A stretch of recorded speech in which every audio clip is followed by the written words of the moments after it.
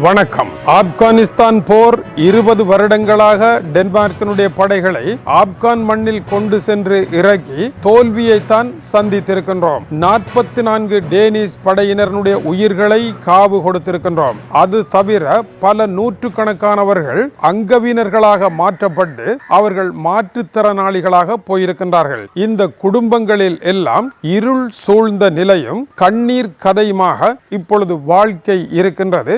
இந்த போர் சரியா? இதனால் இந்த நாட்டிற்கு நன்மை ஏற்படுமா?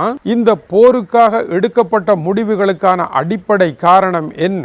உங்களுக்கும் ஆப்கானிஸ்தானுக்கும் என்ன தொடர்பு? நீங்கள் ஆப்கானிஸ்தானுக்கு போருக்கு செல்வதனால் டென்மார்க்கில் இருக்கின்ற மக்களுக்கு கிடைக்க போகின்ற நன்மை என்ன என்ற விடயங்களை அடிப்படையாக வைத்து இந்த போரின் தோல்விக்கு காரணம் யார்? இது போன்ற தவறை எதிர்காலத்தில் செய்யலாமா இல்லையா என்ற கேள்வியை எழுப்புவதற்காக டென்மார்க்கினுடைய DIIS பல்கலைக்கழகத்திற்கு ஆய்வு செய்யுங்கள் என்று அரசினால் நிதி வழங்கப்பட்டிருந்தது.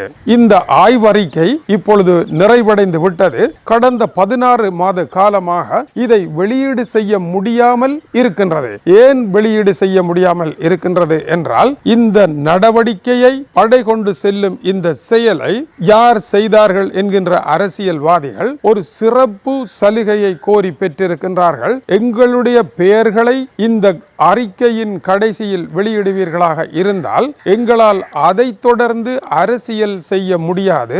நாங்கள் அரசியல் அரங்கில் இருந்து தூக்கி வீசப்பட்டு விடுவோம். அது மாத்திரமல்ல, நாளைய உலகம் எங்களை பார்த்து பெரும் அவதூறுகளை கிளப்பும். எனவே எங்களுடைய பெயரை நீங்கள் நீக்கிவிட வேண்டும். நாங்களாக போருக்கு செல்லவில்லை. அன்றைய சூழ்நிலையில் அப்படித்தான் செய்ய வேண்டிய சூழல். எங்களுடைய சக்திக்கு அப்பாற்பட்ட விடயம். அமெரிக்கா செல்லுகின்ற பொழுது செல்லத்தான் வேண்டும். எனவே எங்களுடைய பெயரை நீக்கிவிடுங்கள் என்று சிறப்பு அனுமதியை பெற்றிருக்கின்றார்கள். இப்படி சிறப்பு அனுமதி அவர்களுக்கு வழங்கப்பட்டிருக்குமாக இருந்தால் இந்த அறிக்கையை எதற்காக நீங்கள் வெளியிடுகின்றீர்கள்? அறிக்கை என்பது பிழையான ஊனப்பட்ட அரை வேக்காட்டு அறிக்கையாக அல்லவா வரப்போகின்றது. இப்படி ஒரு அறிக்கை மேலும் 100 வருடங்களுக்கு அப்பால் இந்த பேர்வழிகளினுடைய பெயர்கள் எல்லாம் இல்லாமல் ஒரு தவறான போருக்கு தவறான ஒரு விளக்கத்தை கொடுத்து அறிக்கையாக இருக்க போகின்றது. இந்த பொய் அறிக்கையை ஆதாரமாக வைத்து PhD போன்ற படிப்புகளை படித்து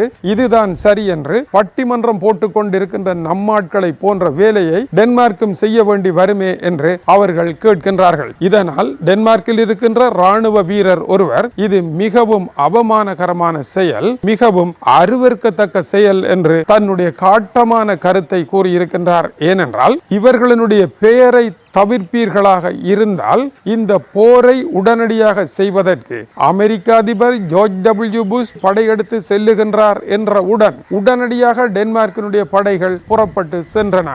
ஆப்கானிஸ்தானில் என்ன தேவை இருக்கின்றது என்று தெரியாமல் சென்ற அவர்களை இவ்வாறு வழிநடத்தி கொண்டு சென்றவர்கள் அவர்களுடைய நோக்கம் என்ன என்றும் அந்த அறிக்கை கேட்கின்றது. இதனால் பலருடைய முகமூடி கிழிய வேண்டி வரும். அவர்களுடைய முகமூடி மட்டும் அல்ல, இவர்களை அழுத்தம் கொடுத்து அமெரிக்கா கொண்டு சென்றதா என்கின்ற ஒரு கேள்வியும் அந்த கேள்விக்கான பதிலும் முட்டு தீர்ப்பது போல உடைவதற்கான ஆபத்தும் உண்டு. இதனால் தான் இந்த விவகாரம் பெரும் சர்ச்சையை கிளப்பி இருக்கின்றது. இந்த சர்ச்சைக்கு பின்னதாக இப்பொழுது பாராளுமன்றமே பணிந்து போக வேண்டிய சூழ்நிலை ஏற்பட்டு இருக்கின்றது. நாங்கள் பாராளுமன்றத்தில் இதற்கான விவாதத்தை நடத்துகின்றோம் என்று இப்பொழுது பாராளுமன்றம் இணங்கி இருப்பதாக கூறப்படுகின்றது. பாராளுமன்றத்தில் விவாதத்தை நடத்துகின்ற பொழுது பெரும்பான்மை வாக்குகளினால் இதை பதிவு செய்யாமல் விடுவோம் என்று ஒரு தீர்மானத்தை எடுத்து பாராளுமன்றத்தின் தலையில் போட்டு தலைமொழிகிவிட முடியுமா என்றால் மக்கள் அதற்கு இணங்க மாட்டார்கள். மக்கள் மிகவும் விழிப்பாக இருக்கின்ற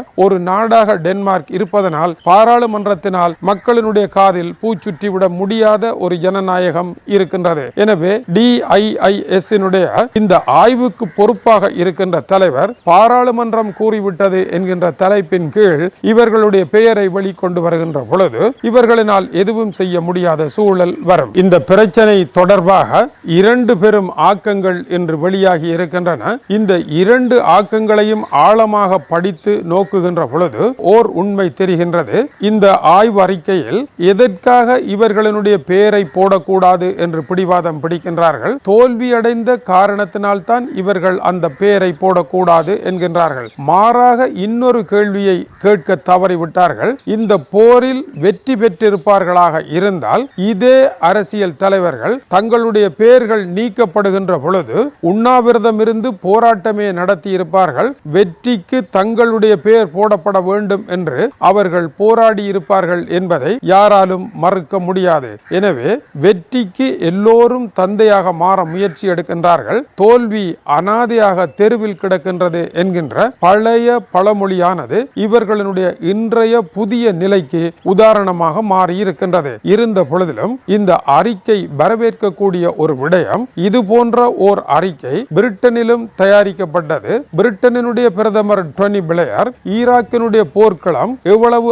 ஆபத்தானது என்று தெரியாது உடனடியாக ஜார்ஜ் டபிள்யூ புஷ் படையெடுத்து சென்ற பொழுது தானும் சென்றார். எதற்காக நீங்கள் போருக்கு சென்றீர்கள்? பிரிட்டனுக்கு என்ன அவசரம் இருக்கின்றது என்ற கேள்விக்கு டோனி பிளேயர் கொடுத்த பதில், அமெரிக்கா என்கின்ற நாடு ஓர் இளைய நாடு. அந்த நாடு இப்பொழுதுதான், உதாரணமாக அடுத்த 4ஆம் திகதி தான் 250 வருடங்கள் அது சுதந்திரமடைந்த காலமாக இருக்கின்றது. பெரும் அரசியல் நாகரிகம் அவர்களுக்கு தெரியாது. அவர்களை இப்படி விட்டோமாக இருந்தால் அவர்கள் கால்போன போக்கில் போக தொடங்கி விடுவார்கள். அவர்களை கட்டுப்படுத்த முடியாது. அவர்களுக்கு சுதந்திரத்தை வழங்கியதே பிரிட்டன் தான். எனவே அந்த மாட்டிற்கு மூக்கணாங்கயிறு போட வேண்டுமாக இருந்தால் பிரிட்டன் படைகளை இறக்கத்தான் வேண்டும் என்று டோனி பிளேயர் கூறியிருந்தார். இந்த கருத்து சரியானதா தவறானதா என்பது தெரியவில்லை. ஆனால் ஈராக்கில் அணு ஆயுதமோ நச்சு ஆயுதமோ எதுவுமே கண்டுபிடிக்கப்படவும் இல்லை. அந்த போர் தோல்வியான ஒரு போராகவும் பெருந்தொகையானவர்களுடைய மரணத்திற்கு காரணமாகவும் அமைந்தது. அதுபோலத்தான் ஆப்கானிஸ்தானிலும் போர் தோல்வியாக முடிந்தது.